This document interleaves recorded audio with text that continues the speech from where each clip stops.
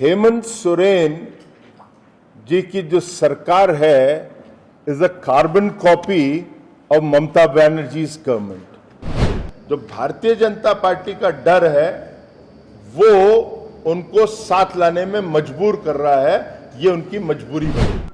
हेमंत सोरेन जी की जो सरकार है is a carbon copy of Mamata Banerjee's government. Mamata Banerjee की सरकार की कार्बन कॉपी हेमंत सोरेन है। इसीलिए जो तार यहां से, चाहे वो आबकारी नीति के ऊपर हो, चाहे खनन के ऊपर हो, चाहे वो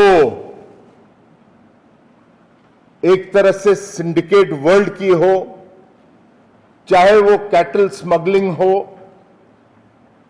चाहे जो तुष्टीकरण की राजनीति हो, वो पूरा का पूरा लगता है कि बंगाल से ममता जी से चुराया हुआ है और उसकी परछाई यहां पे झारखंड में काम कर रही है। धोती घोटाला नहीं सुना था, वो यहां पे आके पहली दफे सुन रहा हूं। मैंने 2G, कॉमनवेल्थ गेम, बड़े चीजों पे मैंने चैनलों पे, आप लोगों के चैनलों पे जाकर प्रेस कॉन्फ्रेंस करके करा है। मैं यहां पे मैं पहली दफे आके सुन रहा हूं कि धोती घोटाला भी होता है, तो ये बड़ी चीज है। अब धोती में घोटाला क्या कर सकते हैं, मेरा आज तक नहीं समझ आया, मगर हो रहा है यहां पर। फिर ट्राइबल है आपके यहां, वो सबसे ज्यादा इफेक्टेड तो वही लोग हो रहे हैं। उनका कहीं ना कहीं जो उनकी आदिवासी लड़कियां हैं, बहनें हैं, जो घटनाएं आती हैं उनके शोषण की, वो सब वहीं से आ रही हैं। ममता जी को लगता है कि बंगाली वोट से उनका काम नहीं चलेगा, इसलिए वो एक्सपोर्ट कर रही है बांग्लादेशी वोट। हेमंत सोरेन जी को भी वही लगता है कि यहां पे झारखंड के मूल निवासियों का वोट से काम नहीं चलेगा, मैं बांग्लादेशियों के वोट को एक्सपोर्ट कर लूं, या वहां से एक्सपोर्ट कर लूं, या यहां पे इंपोर्ट कर लूं।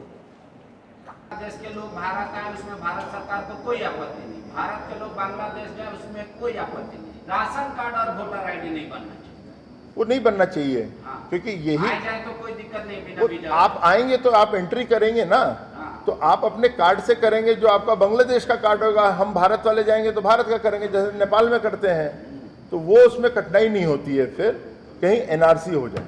अच्छा, मेरा और एक सवाल था। आप पांडे जी, आप किस थोड़ा फॉलो अप, तो आपका फॉलो अप क्वेश्चन हो गया। आपने कहा ब्रेव सरकार रही है, ब्रेव सरकार तो कृषि कानून ला नहीं पाई। इतना ब्रेव रही कि किसानों के लिए कांटी लगा दिया।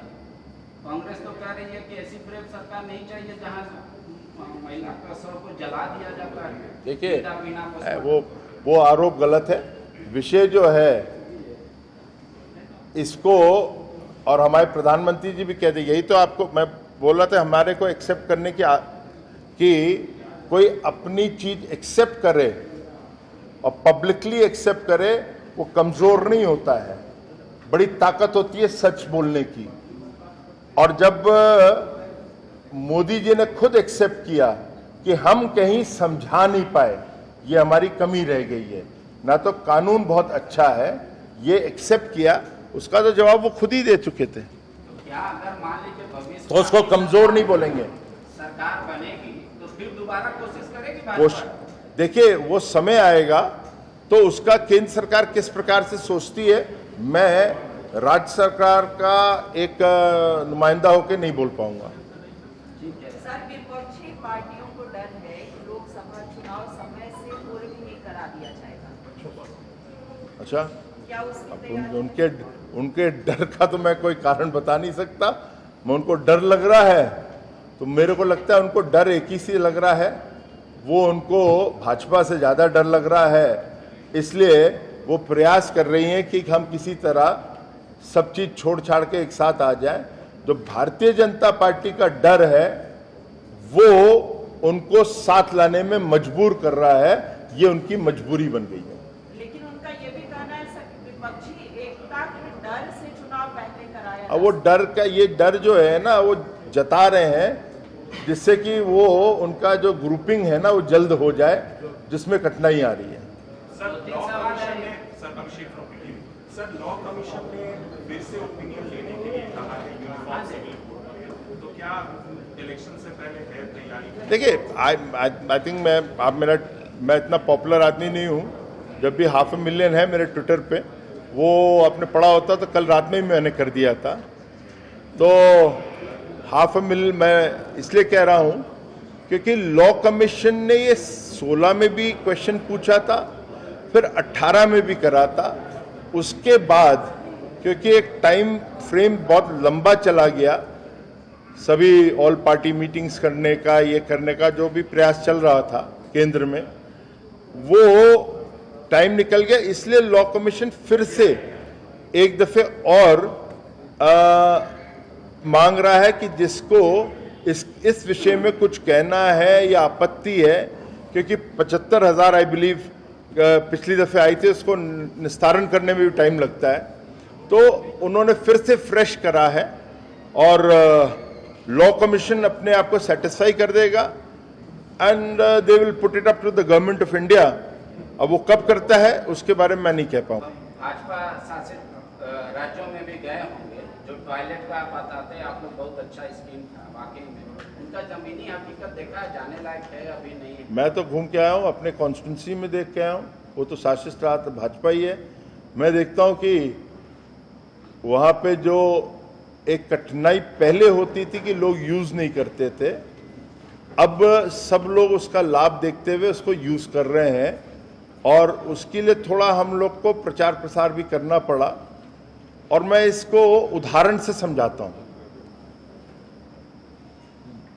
पूर्वी उत्तर प्रदेश में गोरखपुर से 38 डिस्ट्रिक्ट्स हैं कि आप लोगों ने सुना होगा जापानीज एन्सेफेलाइटिस से वो पीड़ित रहते थे, बच्चों की मौत होती थी। मैं स्वास्थ्य मंत्री था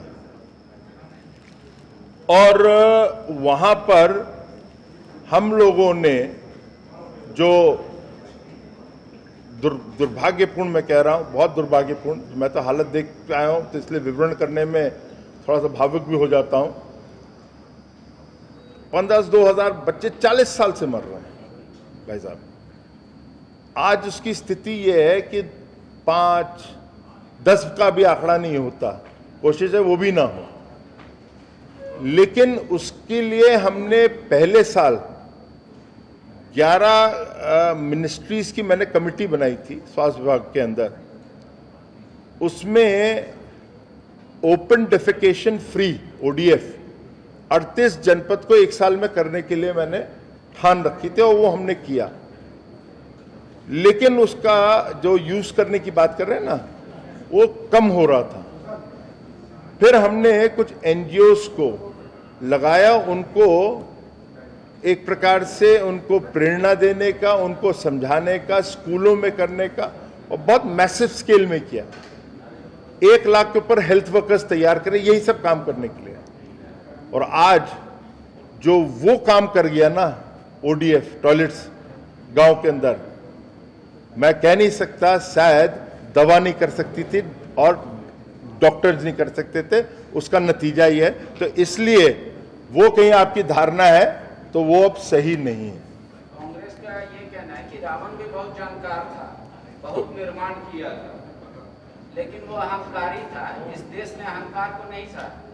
तो ऐसा एक बलात्कारी के साथ जो खड़ा हो आदमी, उसकी अहंकार को कैसे सहेगा? देखिए, मैं इतना ही कहूंगा, अब मुझे नहीं पता कांग्रेस में कौन से नेता ये सब बोलते हैं, मैं आदत पड़ गई है।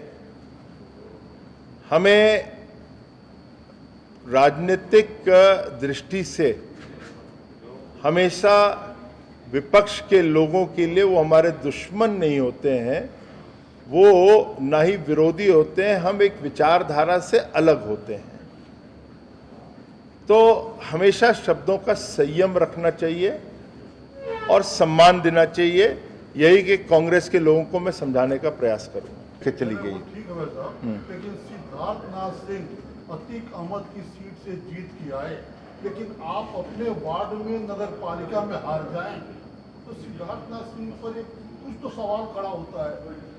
देखिए ये विषय नहीं होता। जब देखिए मैं आपके बताऊं, मेरे पास 23 वार्ड हैं, ठीक है ना। अब 23 वार्ड में ये भी इतिहास है कि पहली दफे 15 वार्ड हम जीत गए, 8 नहीं जीत पाए। उसका एक है अपना वार्ड नहीं, अपना वार्ड कह, विधानसभा मेरी है, मेरा ही तो हुआ। तो वो जो 23 है, तो 8 जो है उसका समीकरण अलग है। अब समीकरण पे जाके आप उसका कहीं मैं विश्लेषण करूं तो सब बाकी लोग बहुत बोर हो जाएंगे। तो आप झारखंड ही इधर आइए आप अशोक कुमार, मैं सबका लूंगा भाई साहब। अशोक कुमार मुखर संवाद, ये आपने कहा कि कार्बन कॉपी है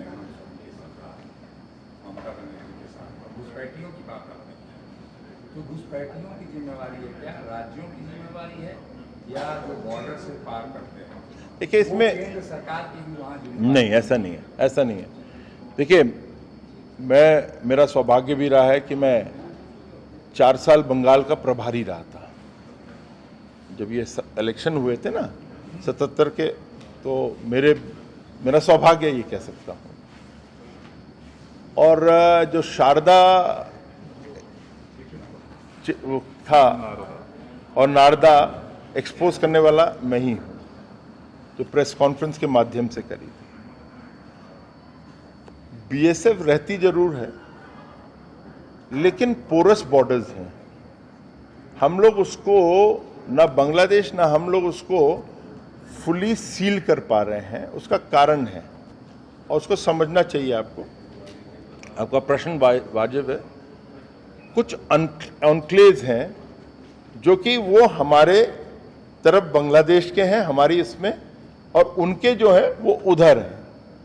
तो उसके अंदर जो होता है, जो राशन कार्ड और आइडेंटिफिकेशन का जो प्रोसेस होता है, इसलिए एनआरसी इंपॉर्टेंट हो जाता है।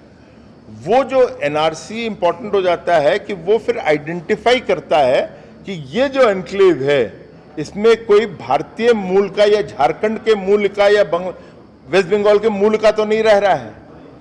उसको आप एनआरसी में आप फिर उसको ले आते हैं, बाकी चले जाते हैं, तो वो क्लियर कट हो जाता है कार्ड के हिसाब से, एनआरसी कार्ड के हिसाब से। फिर आपका वोटर बनेगा नहीं बनेगा, ये प्रोसेस है। वो जो नहीं करने दे रहे हैं वो कारण हो जाता है फिर वो ऑनक्लेव का मतलब वो जगह भारत और बांग्लादेश के बीच में है, मगर वो जो धरती है आज भी बांग्लादेश की है, हमारी धरती उनके पास है। हमने कुछ एक्सचेंज किए हैं। जब Sushma Swaraj ji external affairs minister थी, कुछ किए हैं, मगर पूरा नहीं हो पाया अभी तक। ये प्रोसेस से चल रहा, बड़ा उसमें खिचड़ी, मतलब जो भी है केंद्र सरकार का विषय है। लेकिन उस एनआरसी होएगा तो ये आपकी प्रॉब्लम जो है कि फर्जी राशन कार्ड ना बन पाए, वो रुक जाएगी। तो इस ये राज्य सरकार की जिम्मेदारी हो जाती है, न ही केंद्र की होती है, क्योंकि पोरस बॉर्डर है।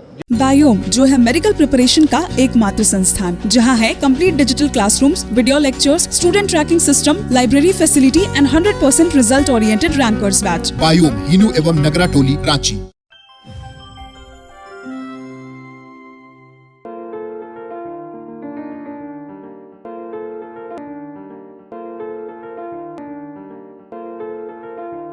thefollowup.in. Like, share, and subscribe. www.thefollowup.in